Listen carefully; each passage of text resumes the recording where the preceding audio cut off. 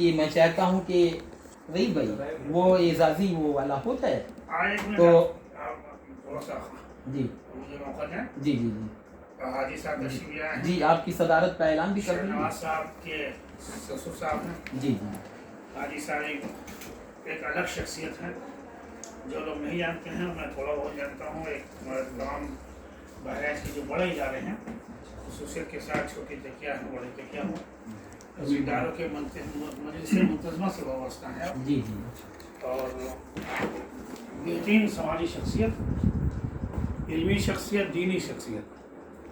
मुझे ये नहीं मालूम था कि शहनवाज साहब के ये ससुर साहब हैं। इस बात को जानकर मुझे ज़ाती तौर पर बहुत अच्छी खुशी हुई है, मुबारकबाद पेश करता हूँ। और आज के ये जो प्रोग्राम है वो इस प्रोग्राम को क्यों करना पड़ा, उसकी वजह क्या थी अली साहब? हमारे इस बस में एक ऐसा नौजवान शायर बैठा हुआ है जिसके ताल्लुक से मैं बताना चाहूँगा, बहुत सारे लोग ऐसे हैं जो नहीं जानते होंगे, लेकिन चूँकि मेरा सफ़र रहा है आमिर मसूद के साथ में। आमिर मसूद साहब के वालिद साहब को आप अच्छी तरीके से जानते होंगे। बहराइच के जो भी ऑल इंडिया मुशायरे होते थे, ऑल इंडिया मुशायरे जो होते थे बहराइच में, और मुशायरे बहुत होते थे, कसरत के साथ मुशायरे होते थे। बहराइच की सरजमीन हिंदुस्तान के नहीं, हिंदुस्तान के बाहर के शहरों से की आमद से भी सरशार बड़े बड़े मुशायरे। तो उसमें जो मुशायरे होते थे, सफ़े अव्वल में जो सामे के हिस्से से बैठते थे वो नाम था लड्डन भाई का, और बलरामपुर में एक नाम था लड्डू भाई। ये दो उस वक्त हम सफ़र थे सामे के हिस्से से। तो उस वक्त वो लड्डन साहब मुशायरे के इस कदर शौकीन थे कि अपने उस शौक की बुनियाद को जो अपने घर पे कायम किया, उसमें एक शायर वजूद में आया। एक शायर वजूद में आया। आमिर मसूद बहुत छोटे थे जब से मैं इनको जानता हूँ, लेकिन आज की तारीख में बड़े ओहदे पर फायज भी हैं, और शायरी के हवाले से लखनऊ की सरजमीन पे दो बड़े मुशायरे होते हैं, बहुत बड़े मुशायरे होते हैं, जिसमें टिकट लगा के लोग मुशायरा सुनने जाते हैं। टिकट लगा के लोग मुशायरा सुनने जाते हैं। उस मुशायरे के मुंतज़मीन में आमिर मसूद साहब शामिल हैं। मेरे साथ उत्तराखंड के देहरादून के 130 घंटे के मैराथन मुशायरे में मेरे साथ शामिल हैं। शायरी अच्छी करते हैं। तो ये इनका आना हुआ इस वक्त है, ये केरल में मुलाजमत के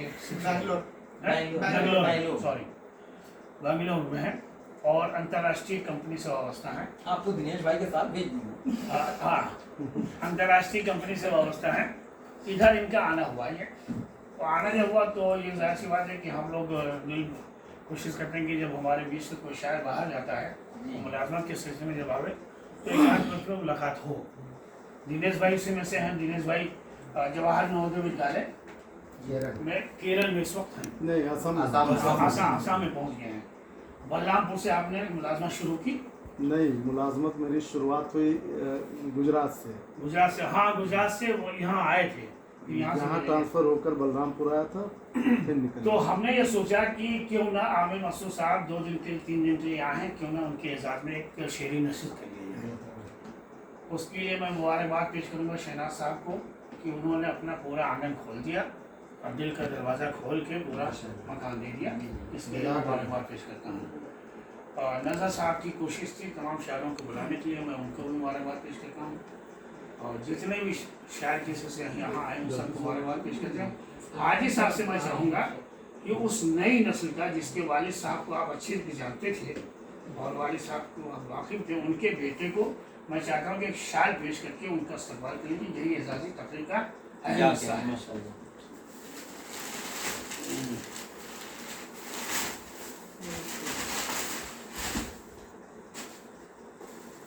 इससे पहले मैं, जैसे कि रईस भाई ने बेशक सारी बातें कह दी, वाकई में नुमाइंदगी तो अपने बहराइच की बहुत जगह पर की। जैसे 2 बड़े मुशायरों की बात कर रहे थे, एक तो अंदाज़ा हुआ, और जो कि लखनऊ तक ही नहीं बल्कि दुबई में बड़े पैमाने पर होता है।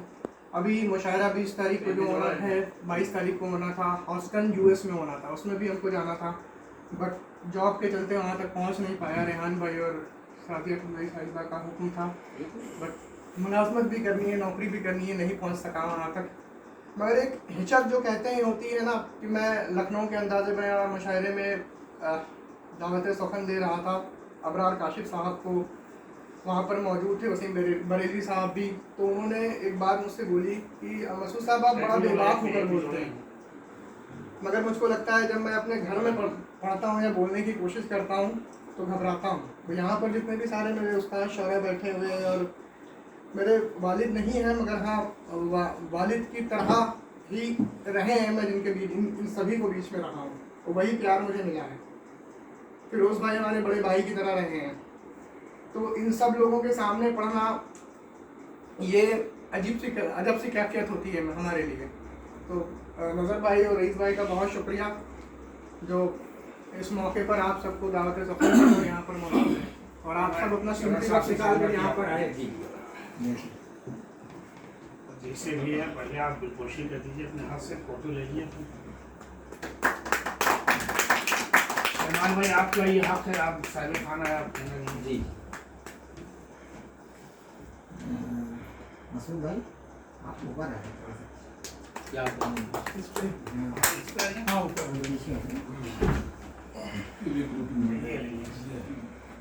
क्या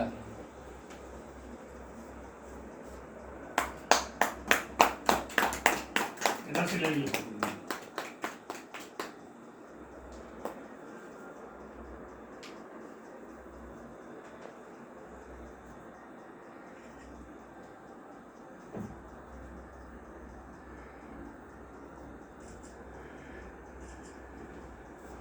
बहुत बहुत शुक्रिया।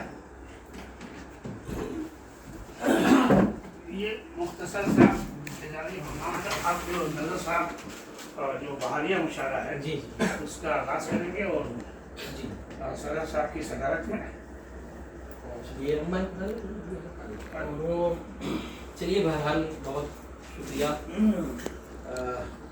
रईस सिद्दीकी साहब का, और आमिर मसूद साहब को बहुत बहुत मुबारकबाद मैं पेश करता हूँ, ख़ास करके Welcome to Sonolex Universe.